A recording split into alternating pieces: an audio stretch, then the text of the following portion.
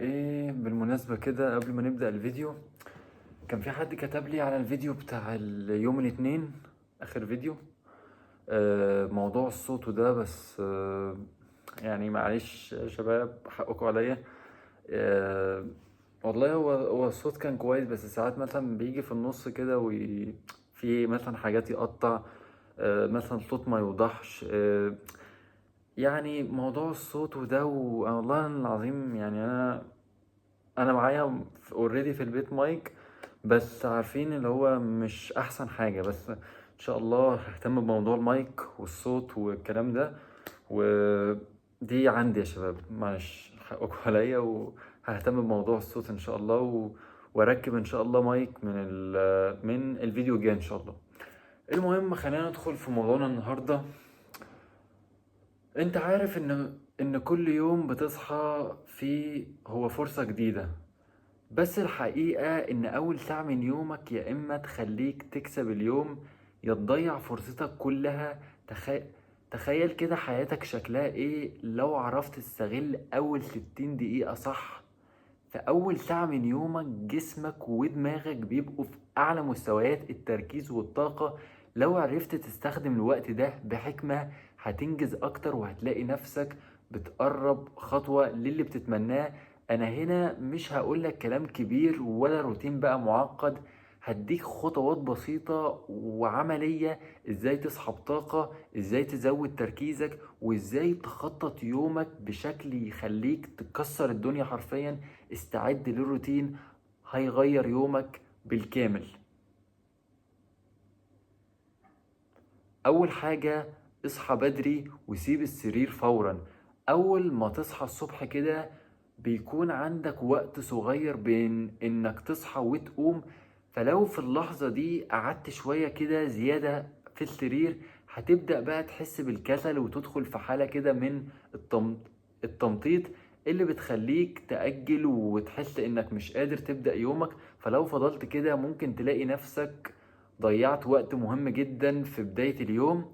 لكن لو قمت بسرعة وخليت رجلك تلمس الأرض فورا، يعني كده على طول، هتحس ان جسمك بدأ يتحرك بشكل طبيعي. فالسر هنا ان اول لحظة في يومك هي اللي بتحدد اليوم كله. فلو قمت بسرعة زي ما قلنا كده هتبدأ اليوم بنشاط.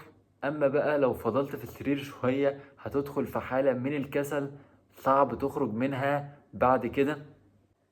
ففكر فيها كده، لو كل يوم بدأت بشدة من أول لحظة هتلاقي نفسك بتكسر اليوم كله بنشاط وتركيز. أول ساعة صدقني هي المفتاح، لو عرفت تستغلها صح هتكتشف إنك بتنجز كل حاجة بسهولة. تاني حاجة، اشرب كوباية مية. أول ما تصحى الصبح كده أول حاجة لازم تعملها هي إنك تشرب كوباية مية. الموضوع ده مش مجرد عادة كده وخلاص، ده سر إنك تبدأ يومك نشيط. عارف لما تصحى وتحس إنك جف كده ومش قادر تركز، ده بسبب يا سيدي إن جسمك كان مشغول طول الليل في إنه بيهضم الأكل بقى وبيجدد الخلايا، فالمية في جسمك بتقل. فانت لو مشيت اليوم كله من غير ما تشرب مية هتلاقي نفسك مع الوقت تعبان، دماغك مش مركزة ومش قادر تدي كل طاقتك في شغلك او دراستك. لكن لما تشرب المية جسمك بيبدأ يشتغل صح، دماغك بتصحصح، وانت دماغك بتصحى يعني او بتصحصح، وانت بتحس بتركيز اكتر. فانت مش لوحدك، كل الناس اللي بيبدأوا يومهم بكوباية مية بيحسوا بتغيير كبير. جسمك بيمتص المية كده بسرعة بعد نومك، وده بيخليك تبقى مستعد لبقية اليوم. فلو بدأت يومك بالخطوة دي هتحس انك مش بس صاحي لكن جاهز تكسر اليوم كله. تالت نقطة، حرك جسمك 5 دقايق. بص، أول ما تصحى كده الصبح مش لازم تبدأ يومك وانت قاعد في مكانك، لازم تحرك جسمك 5 دقايق كده. بس الموضوع مش محتاج تعب، لكن لما ترفع جسمك وتبدأ تتحرك ده بيخلي دمك يتوزع في جسمك وتبدأ تحس بنشاط كده فوري.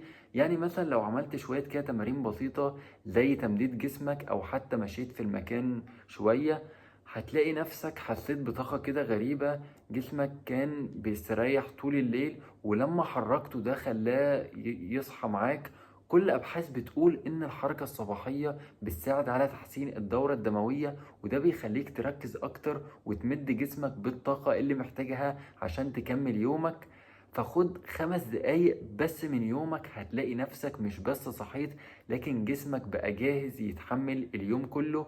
فالحركات البسيطة دي بتعمل فرق كبير، ومش هتصدق كم الطاقة اللي هتحس بيها بعد 5 دقايق بس. لو حركت جسمك هتبدأ يومك كأنك بدأت بطاقتك كلها. رابع نقطة، خد شهيق وزفير بعمق. عارف لما تحس انك متوتر او مش قادر تركز؟ ما تقلقش، الحل بسيط جدا. خد شهيق وزفير بعمق. الموضوع ده مش مجرد تمرين تنفس كده وخلاص، ده سر كبير علشان تبدأ يومك بهدوء وتركيز. اول ما تبدأ تتنفس بعمق انت كده بتدي لجسمك اشارات انه يهدى ويستعيد توازنه. فالموضوع ده ليه تأثير رهيب على عقلك وجسمك في نفس الوقت. لما تاخد شهيق طويل من أنفك، جسمك بيستفيد بالأكسجين اللي بيدخل بسرعة، وده بيساعد دماغك تبقى أكتر يقظة. بعد كده لما تعمل زفير ببطء من فمك، بتخرج التوتر اللي في جسمك، وكأنك بتخلي كل حاجة تقيلة تمشي كده وتروح لحالها. لو عملت كده بانتظام هتحس انك مش بس بدأت يومك بشكل افضل، لكن جسمك كمان بقى جاهز لأي تحدي. في 30 ثانية بس من التنفس العميق هتلاقي دماغك بقت صافية، جسمك بقى هادي، وانت جاهز انك تواجه اي حاجة. الموضوع ده مش بيحتاج وقت، بس بيعمل فرق ضخم حرفيا. لو عايز تبدأ يومك وانت في اعلى تركيز، خد شهيق وزفير بعمق كده وهتكتشف الفرق بنفسك. خامس نقطة، رتب أولوياتك. لما تصحى الصبح مش كفاية إنك تكون جاهز تتحرك وتبدأ يومك، لازم ترتب أولوياتك من أول دقيقة. يعني لما تبدأ يومك مش هتقدر تحقق كل حاجة في وقت واحد طبعا.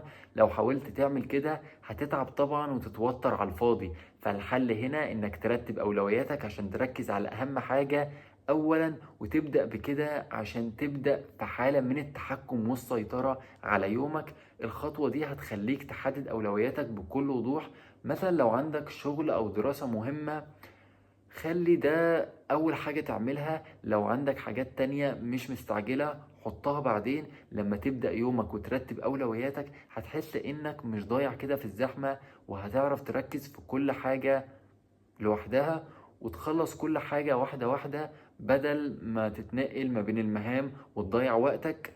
انت كده لو رتبت اولوياتك صح هتلاقي نفسك مش بس خلصت الشغل بسرعة، لكن كمان بقيت اكتر راحة. فلو عرفت تبدأ بيه وتهيئه صح، هتحس ان يومك ماشي معاك بسهولة وليونة، وكل حاجة ليها وقتها ومفيش حاجة بتضيع منك.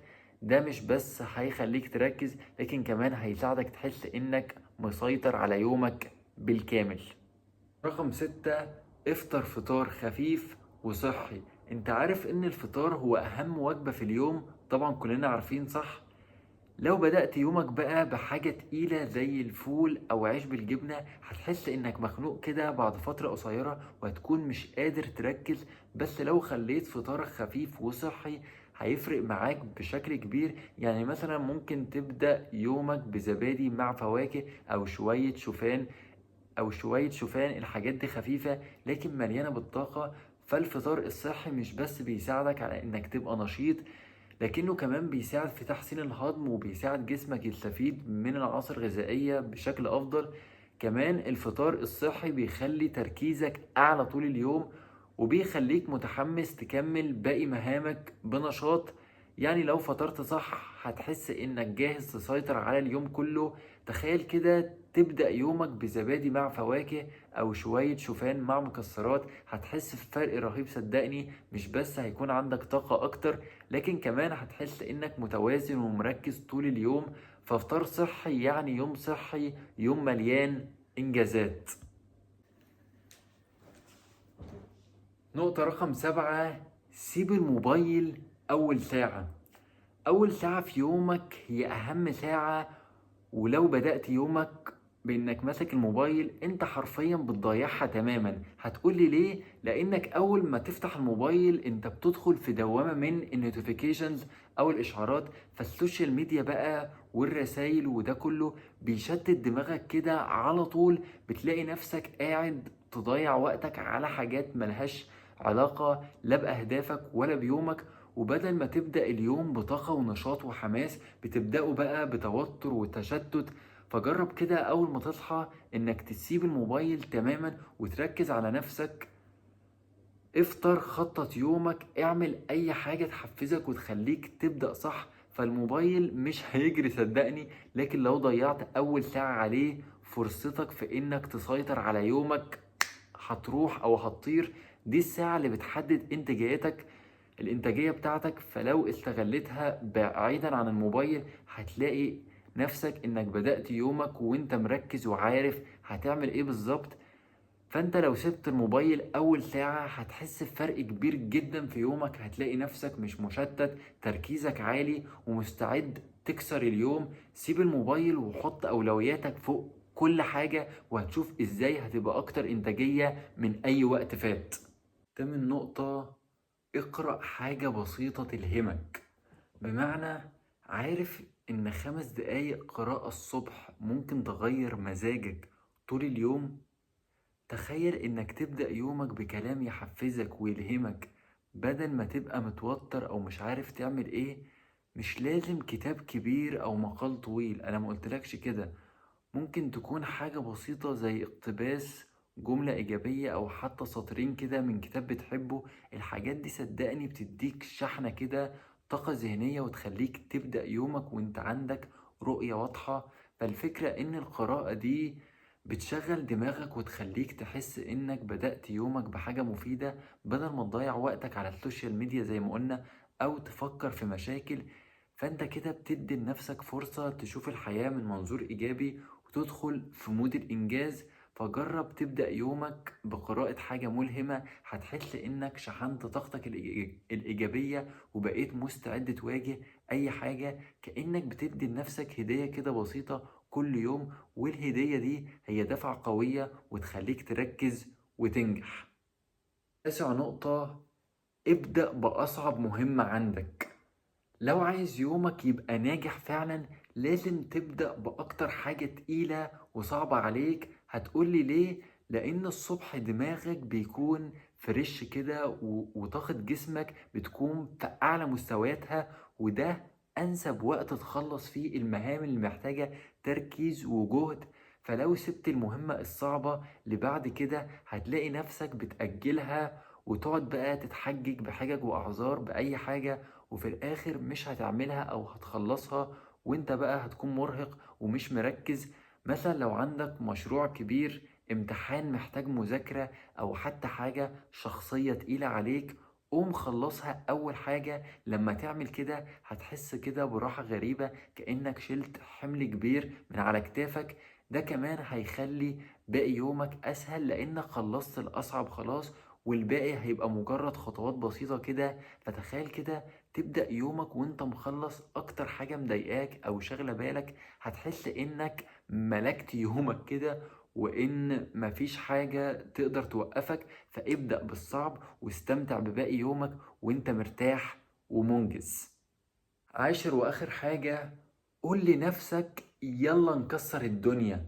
عارف ان الكلام اللي بتقوله لنفسك اول ما تصحى بيحدد يومك كله. صدقني لما تبدأ يومك بتشجع نفسك وتقول يلا نكسر الدنيا، انت كده بتحفز دماغك انها تبقى مستعدة تواجه اي تحدي. فالجملة دي بسيطة لكن تأثيرها كبير جدا، انت مش متخيل. بتديك كده احساس انك قوي وانك قادر تحقق اي حاجة في يومك مهما كانت صعبة. لما تبص لنفسك في المراية الصبح وتقول انا قدها، انا هنجز، انا هحقق اللي نفسي فيه، دماغك كده بيصدق الكلام ده وبيبدأ يشتغل لصالحك. فالجملة دي بتغير مودك تماما، او الجملة اللي انا قلتها لك دي، وبدل ما تبدأ يومك بطاقة سلبية بقى او كسل بتبدأ بطاقة ايجابية كده وشعور انك جاهز تعمل فرق. فجرب النهاردة اول ما تصحى تقول بصوت عالي يلا نكسر الدنيا، وشوف الفرق اللي هيحصل في يومك. هتحس انك مليان طاقة وثقة كده ومستعد تحقق كل اللي نفسك فيه. الدنيا كلها بطل مستنياك. يلا بقى ورينا قوتك. بص يا بطل، حياتك كلها بتبدأ من الصبحية. لو عرفت تظبط أول ساعتين في يومك هتلاقي يومك كله بيمشي في السكة الصح. الروتين اللي اتكلمنا عليه ده النهاردة مش مجرد كلام وخلاص كده، ده طريقك انك تمسك يومك بإيدك، تتحكم فيه بدل ما هو اللي يتحكم فيك. خد بالك، التغيير مش بيحصل في يوم وليلة طبعا، لكنه بيبدأ بخطوة صغيرة. النهاردة جرب تنفذ نقطة واحدة بس، بكرة زود عليها نقطة كمان، وهكذا. المهم انك تبدأ، لان البداية دي هي اللي هتفرق معاك. انت اللي بتكتب يومك كل يوم، يا تشوفه كفرصة تكسر الدنيا بيها، يا تضيع وقتك وتقول يا ريت. القرار في ايدك انت. لو حابب تغير حياتك بجد ابدأ من بكرة. ركز زي ما قلنا في الصبحية وشوف حياتك هتروح لفين. يلا ما تستناش كتير، المستقبل مستنيك تتحرك. وفي نهاية الفيديو حابب اقولك، لو حابب تبدأ كل يوم بطاقة جديدة وتحقق كل اللي نفسك فيه، ما تنساش بقى تروق عليا باللايك الجميل وتشترك في القناة. انزل يلا اشترك وفعل زرار الجرس عشان توصلك كل فيديوهاتنا الجديدة اللي هتساعدك تكسر الدنيا وتعيش حياتك بأحسن طريقة. كل يوم صدقني في فرصة جديدة مستنياك، اوعى تضيعها. وابدأ يومك معانا، ما تستناش أول خطوة، ابدأها معانا من النهاردة. ممكن تكون بداية لحياة أحسن ومستقبل أقوى. شارك الفيديو ده ما تنساش مع حد حابب يبدأ يومه بطاقة ويحقق اللي نفسه فيه.